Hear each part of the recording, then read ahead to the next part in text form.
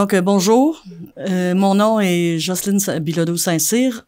Je suis l'agente de communication pour l'événement hors série Elvis Forever avec Danny Vincent, qui est un événement de financement, mais j'aimerais souligner officiellement avant la présence de Madame Langis, qui est la directrice générale de la Fondation pastorale de Nicolet, Madame Poirier, qui est son adjointe, et aussi mentionner la présence de Monsieur Jean-Paul Bergeron, qui est le président de l'Assemblée de fabrique de la paroisse Sainte-Victoire.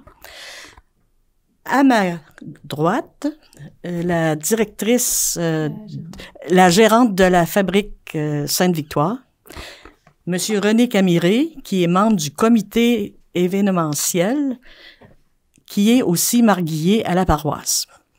Donc aujourd'hui, dans notre convocation pour cette réunion, c'est assez peu commun que une paroisse décide de faire venir Elvis.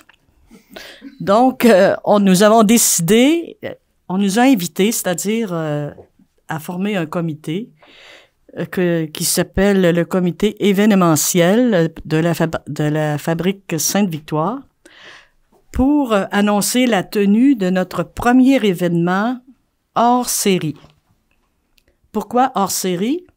Parce que ce sera un moyen de financement différent de la CVA ou d'une campagne autre organisée par la paroisse, mais aussi qui est un événement social qui permet à d'autres personnes de découvrir ou de voir que on n'est pas toujours à genoux à la balustrade, là. Écoutez, c'est ma façon de dire que l'Église, c'est l'Église en sortie.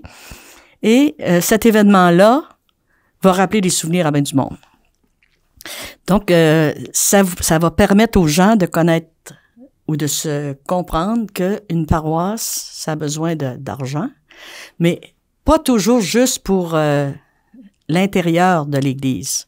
Donc, c'est ce qui fait que l'activité de financement, qui est peu commune, comme je le disais, c'est la première d'une série d'événements hors série, et celle du 7 de juin s'appelle Elvis Forever, Danny Vincent.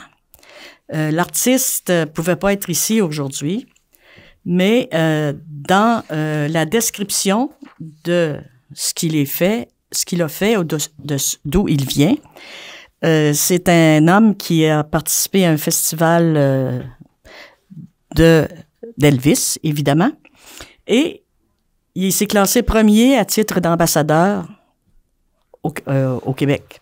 Et comme je le rappelle, cette organisation-là, ça sort un peu de l'ordinaire au niveau des événements bénéfices. Donc, c'est qu'on est tous susceptibles un jour ou l'autre d'avoir besoin des services de l'Église ou de la paroisse, peu importe la condition ou les attentes, mais où il y a une place pour tout le monde.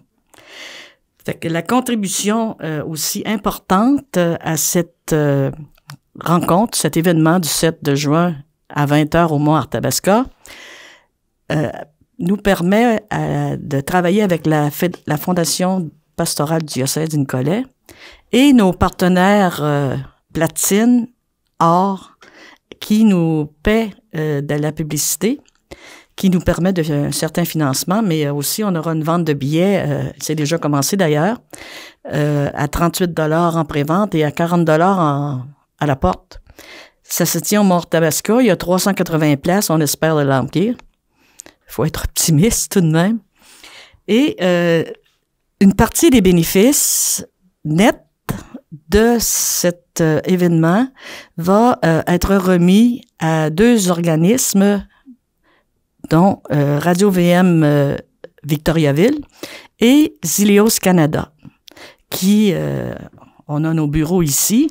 Pourquoi je suis là? C'est qu'on m'a appelé pour me dire si vous acceptez de travailler à ce comité-là, nous, notre projet, quand on fera un événement hors série, il y aura un certain pourcentage des partages des bénéfices pour les organismes. Donc, c'est ça qu'on a à vous dire aujourd'hui. Je vais justement vous donner la parole à Monsieur Richard Boilard, qui est ici, là, juste en arrière. Peut-être que tu peux venir ici, Richard. Donc, bonjour, Richard Boilard, responsable de Zéléos au Canada et impliqué aussi dans le mouvement, parce que c'est un mouvement international. Donc, c'est né ici à Victoriaville en 2012 et maintenant on est présent dans 5 pays. Donc, bien entendu, Canada, France, Suisse, Liban et Roumanie. Donc, voilà. Et qu'est-ce que c'est Zéléos? Mais je pense que pour aller simple, hein, on rassemble les jeunes, on invite, donc vraiment sur invitation, donc à rassembler les jeunes de 11 à 25 ans pour mieux se connaître, mieux interagir avec les autres, comment je peux m'engager dans le monde et dans la société, et est-ce que Dieu existe, et un peu pour explorer ces questions-là avec les jeunes, on éclaire pour nous, hein, on est une association catholique, et pour nous, on pense que, bref, dans la question des évangiles et tout ça, il y a des éclairages pour les jeunes. Donc, on partage autour de tout ça avec les jeunes. Donc, voilà. En gros, Zéléos.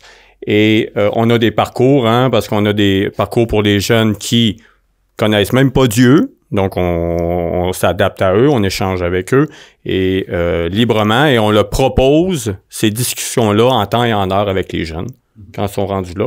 Et quand ils ont une soif un petit peu plus, là, on a des programmes. Après ça, on a des parcours pour ces jeunes-là qui veulent aller un peu plus loin au niveau de leur foi ou découverte de la quête de sens. Donc, voilà. Là, on fait une première expérience. Ce que l'on souhaite, c'est peut-être d'en faire 2 par année. Faut prendre soin des gens pour pas passer notre temps à demander de l'argent, mais surtout créer un événement qui démontre qu'on peut socialiser, fraterniser ailleurs. Donc là, c'est l'événement du 7 juin. Une partie des bénéfices seront pour Zéléos et Radio-VM Victoriaville. Et plutôt, ça pourrait être pour un autre organisme qui collabore à la paroisse, puis qui permet d'être dynamisé par la visibilité que ça lui donne ou que ça donne aux organismes qui souvent travaillent dans l'ombre. Puis si on enlevait tous ces groupes-là, je sais pas, il y a plusieurs gens qui tomberaient, qui seraient démunis. Et c'est une première expérience. Radio-VM.com, c'est une radio privée qui a 5 antennes. Une à Rimouski, à Trois-Rivières, Victoriaville, Sherbrooke, évidemment à Montréal. Ici, à Victoriaville, les studios sont ici, on va vous les montrer tout à l'heure, et on est le seul, chaque région est invitée à produire des émissions. On a au moins 4 heures qu'on peut utiliser sur les ondes. Pour Radio-VM Mauricie, Centre du Québec, là, je vais vous expliquer le MCQ. Il y a un conseil d'administration, 2 antennes. Et là, avec cet événement dont nous aurons une partie des bénéfices, ici, moi, je suis bénévole et la personne qui est payée, c'est le technicien. Donc, même les invités viennent à leurs frais ou on travaille en Zoom. Et on est la seule antenne sur l'ensemble du réseau qui réalise une émission jeunesse. Depuis 2019, on en a produit 150 émissions. Et le but, c'est de faire vivre aux jeunes une émission sur les ondes radiophoniques qui est très différente du piton de l'Internet. Et le but, c'est de les former, leur apprendre à faire une entrevue, chercher un invité, réfléchir sur un thème, apprendre à parler et à prononcer, et qui couvre un réseau qui est écouté par une certaine catégorie d'auditeurs. Mais maintenant, on a des podcasts grâce à Zéléos. On résume nos entrevues et elles sont mises sur le podcast. Fait que ça permet à des jeunes. Écoute, on a fait des entrevues avec des gens de Paris, on en a fait en Colombie, au Burkina Faso, et on a permis à des jeunes On a une animatrice, ça s'appelle Horizon Jeunesse Plus en région. Il y a une nouvelle jeune, Catherine Ménard, à Trois-Rivières, qui, depuis 2 ans, vit vraiment la recherche d'événements, vit ce que c'est qu'une entrevue. Ouais.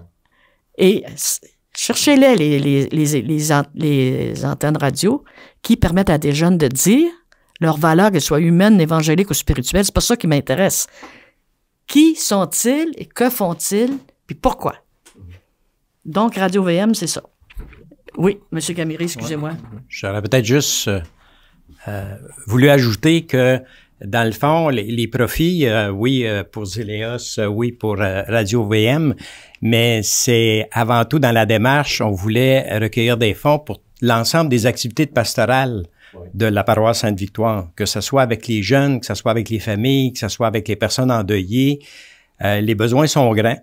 Il y a beaucoup d'actions qui se font bénévolement, mais un peu comme monsieur disait pour Zéléos, mais quand on organise des activités, mais des fois c'est intéressant de le faire autour d'une bouffe ou d'un café ou d'avoir un invité spécial.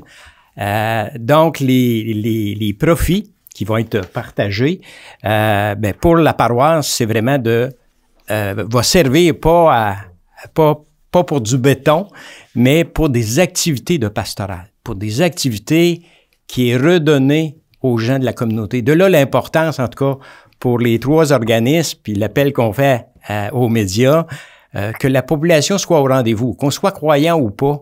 Il y a des fois un moment dans la vie qu'on vit un deuil ou on a un événement particulier dans la famille, puis on a peut-être besoin de parler à quelqu'un sans nécessairement sortir des sous pour payer. Fait que ces revenus-là, ces profits-là, vont nous aider à aller plus loin dans ces actions-là.